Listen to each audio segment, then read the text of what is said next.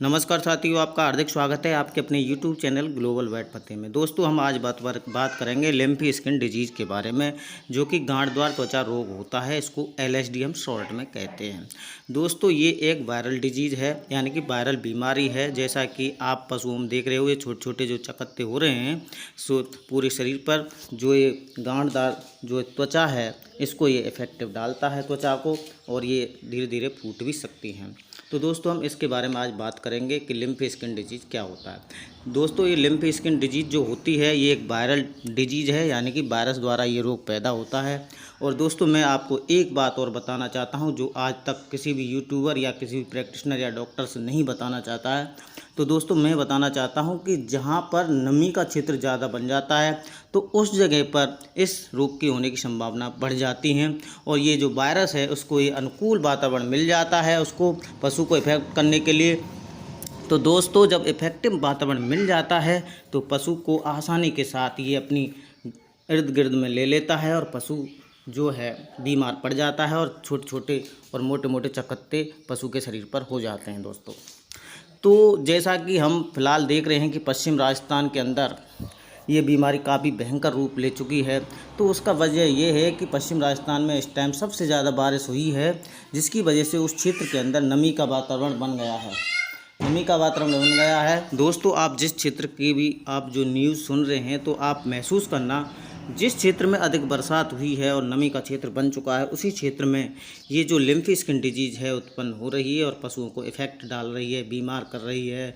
और जो मृत्यु दर बढ़ रही है, वो इसी वजह से बढ़ रही है कि वो नमी का क्षेत्र है। दूसरा, पशुपालक सजग नहीं है, इसको अलग अलग अपने अपने नज़रिए से डिवाइड करके देख रहे हैं।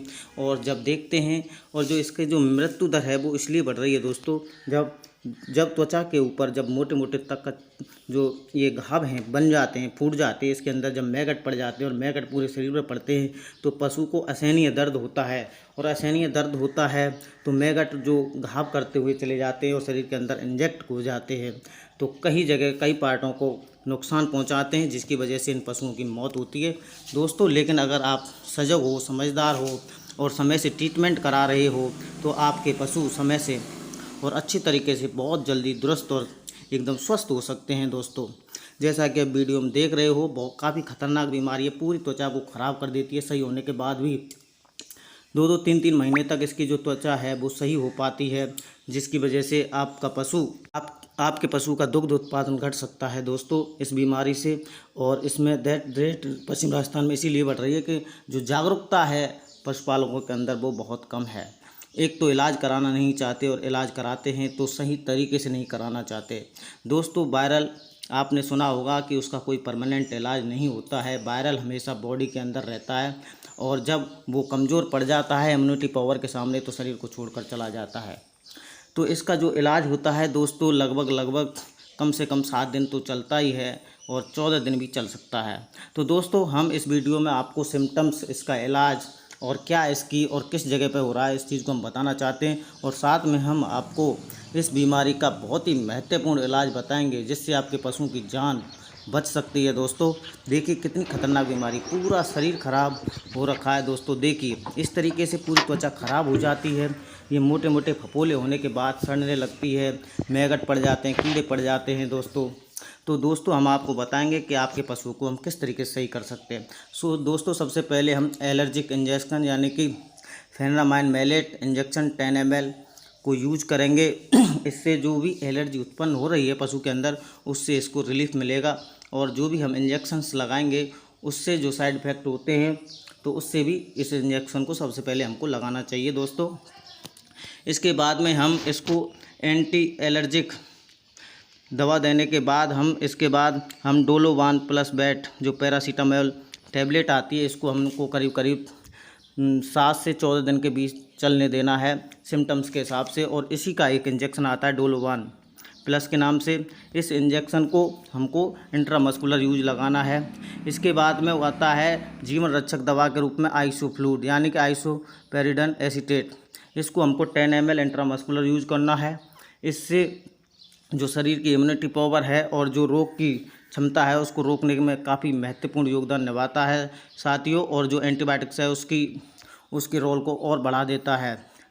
जो कि सेकेंडरी इन्फेक्शन को रोकता है दोस्तों। इसके बाद में हम मैग्लोडाइन इंजेक्शन यूज़ कर सकते हैं। फ्लोक्सिन मैग्लेमाइन इसके अंदर साल्ट आता है, किसी भी कंपनी का आप ले सकते हो दोस्तों। ये दर्द, सूजन, बुखार तीनों को कम करता है। इसमें क्या है, दर्द भी रहता है, सूजन भी होती है और बुखार भी रहता है, तो तीनों रोगों को कंट्रोल कर सकता है। जैसा कि एनाल्जेसिक और एंटी इन्फ्लामेटरी और एंटीपायरेटिक, तीनों तरीके के जो सिम्टम्स हैं ये तीनों को कंट्रोल कर लेता है। इन दोनों में से कोई सा भी इंजेक्शन आप यूज़ कर सकते हो। डोलोवान प्लस है, मैग्लोडाइन है, लॉक है, पायरोक्सिकिम, पैरासीटामोल है, इसको भी हम यूज़ कर सकते हैं। ये तीनों एक ही तरीके के इंजेक्शन हैं।